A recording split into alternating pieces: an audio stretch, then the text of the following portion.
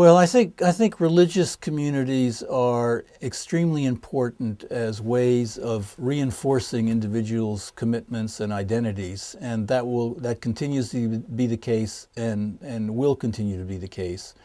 Uh, Whether there is a rising tide of secularism, as some argue, or a rising tide of a resurgence of religion worldwide, as others argue, I think depends very much on which country we look at.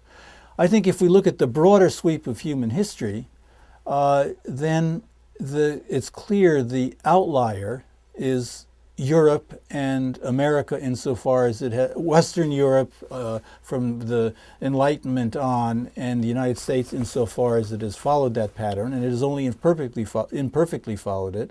For the rest of human history, religion has always been a dimension of people's finding their identity and their affirming values. And I think to a significant degree that is again happening worldwide now. The most visible form of it is Islam, in which it's clear Islam is playing a major geopolitical role that it hasn't for some centuries. But it's not only Islam. It's also clear that religious resurgence is evident in other communities as well. I personally am a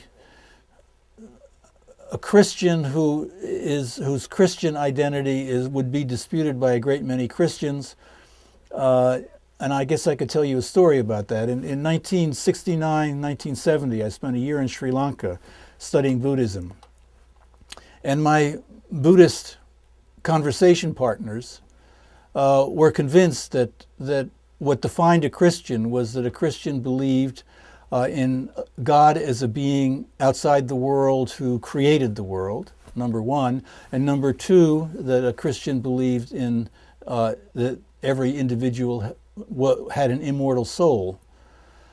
And when I told them that I didn't believe either of those propositions but considered myself a Christian, they said, well, that's impossible. You can't be a Christian unless you believe in a God outside the world who created the world and an immortal soul.